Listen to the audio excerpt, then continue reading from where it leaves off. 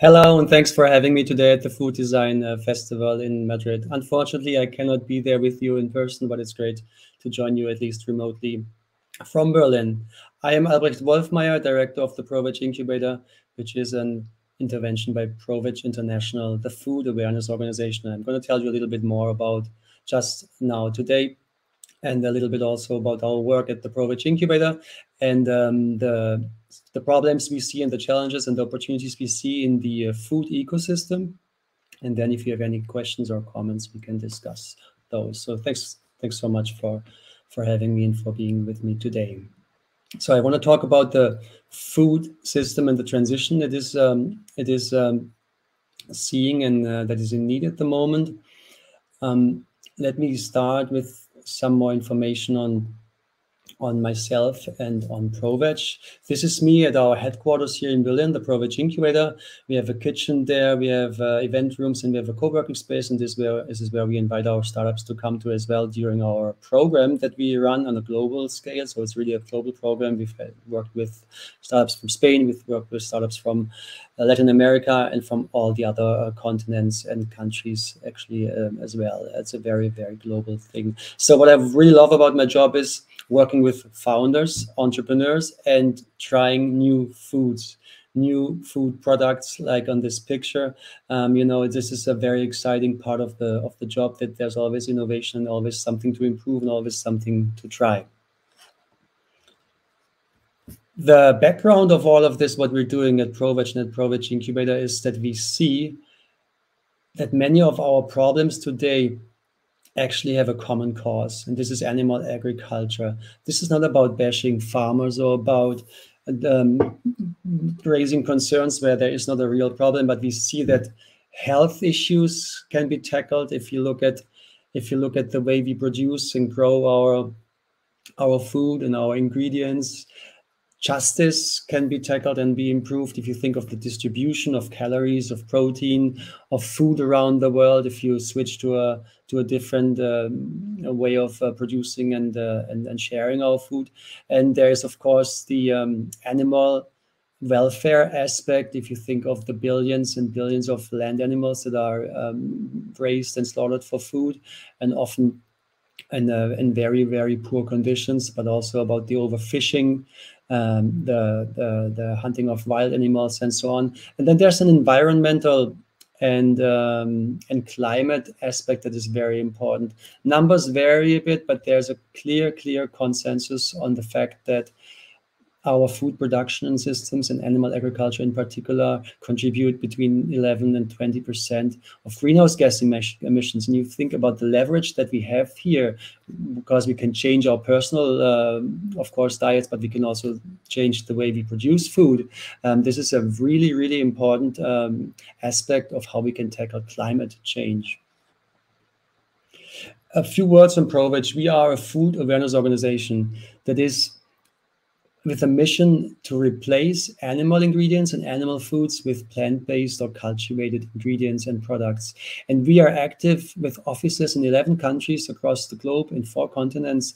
And we are active in many, many more countries than those here, because we work with partners, for example, in Mexico or in countries like Malaysia, Singapore, and so on.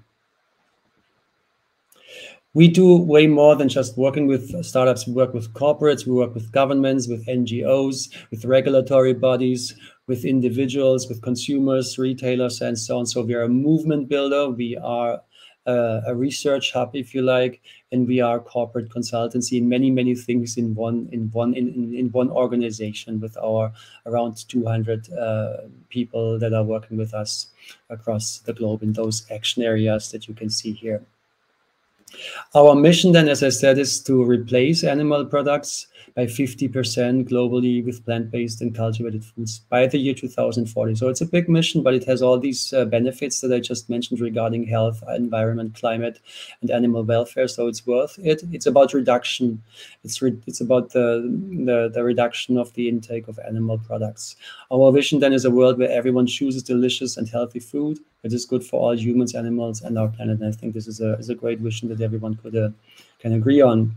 Now, the incubator is actually the first one of its kind. We started this in 2018 as the first incubator that was focusing fully and only on alternative protein innovation, on startups that take animals out of the food equation. And since then, we have worked with around 100 startups. Actually, we're going to reach 100 startups pretty soon. We have invested in around 60, and those startups have raised over 300 million euro.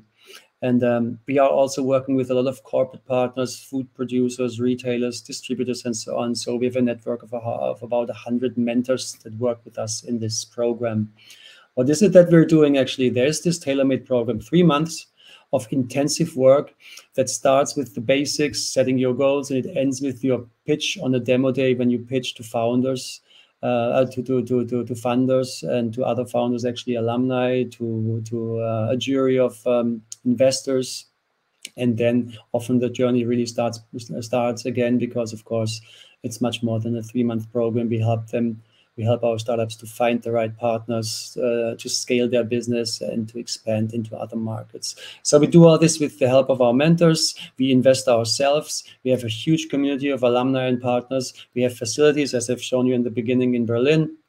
We do events like the New Food Conference, which will happen in October in Berlin. And we help also to a great deal with promotion to get our startups to the main stage, to the media and so on. Just a few words on what's been happening in the space recently. We are currently in an economic crisis, I would say, in a down cycle that also affects our focus area, which is alternative protein, or new food, as we would call it. There was a lot of excitement a few years ago when companies like Oatly and Beyond Meat went public, and recently we have seen that there was some disappointment with their performance, with their stock price and so on. You know, this is I would say it's a natural development that after a few years of really extremely positive growth, there has to be consolidation, and we have to see what works and what hasn't worked. And some of the products are still probably not as good as they should be in terms of texture, mouthfeel, the whole experience, taste, nutrition. So we are on this way, and I think new trends like, you know, more like clean label approach, where you promote great products that have only a few ingredients that are more natural. This is for one part of the consumer audience. Others would still love to have products that are even more close to the real animal-based thing. And I think we have seen some amazing innovation in the past already.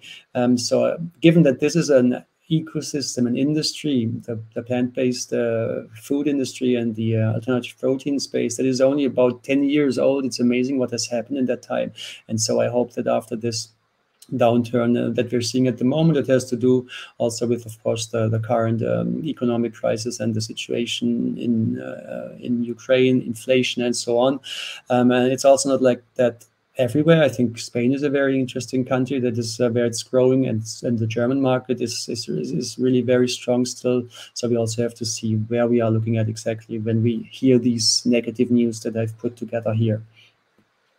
If you look at what some of the biggest corporates in the world are doing, you can see that they are all really positive still when it comes to plant-based. For example, sales targets for IKEA in their restaurants, they want to step this up in the high numbers. Unilever, one of the biggest food companies in the world, has set their own goals of 1 billion global sales in the next years, and so has Tesco as one of the biggest retailers. Just a few examples. You know, meat companies, protein companies, as they call themselves now, like Tyson, have heavily invested in that space of plant-based and also cell-based meat companies. And Burger King has published numbers about their plans to make their menus 50% plant-based by 2030, and actually they're making a huge part of their revenues now with such products as plant-based burgers, especially here in Germany. But there's also a fully vegan Burger King restaurant in Vienna. If you think about that, how amazing that is. If you think of a Burger King a few years ago, no one would have thought of something like that. So far, if you think, I've said this space is only 10 years old or so, and the investment that has gone into it in the last decade or so was only 14.2 billion. That's great, but given comparing it to spaces like quick commerce, think of Gorillas, Getir, and such companies, or think of fintech companies, or think of food overall. This is only a very, very small drop in the ocean, and I think that's why we should be positive with all the funds out there that have to be deployed and that go into climate technology, for example, and that go into other industries. I think we will see way more investment, and we have to see way more investment in the alternative protein food tech in the future. This is a projection by Boston Consulting in the investor Blue Horizon that the alternative protein revenues will reach 290 billion in revenues in 2035. It's just one number out there, but gives you an understanding of the scope that this can actually reach. And as I said, it's a very, very, very, very needed transition, and the funding is part of it, of course. If you talk about some of the startups that we have worked with, I just want to give you some examples of the broad scope here. How Food, for example, is working on peanut protein-based meat fillings for dumplings and for chicken and so on. They're from China. Formo is a company from Berlin. They're using precision fermentation to recreate animal-based proteins from dairy, like the caseins for cheese and milk products. And they are one of the best funded companies in Europe in biotech.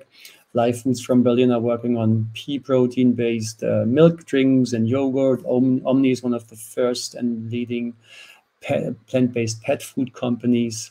Hooked is working on plant-based seafood.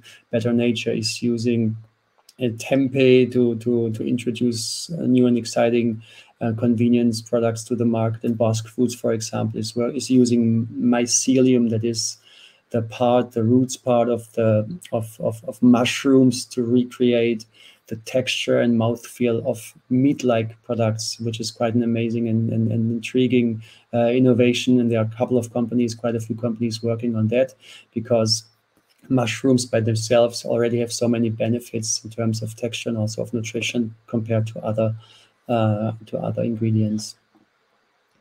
I'd say we see a movement from niche to new and novel foods like that, the ones I just mentioned. And if you are interested in this as an investor, as an entrepreneur, or as a food producer, and you want to step up your activity there, I think these are the reasons. The ecosystem is ripe for a transformation. It's a high impact area where you can tackle climate change and other impact areas. And it's still a very young and nascent industries. If you have any comments or any questions, reach out, connect on LinkedIn, write me an email. And thanks so much for having me today.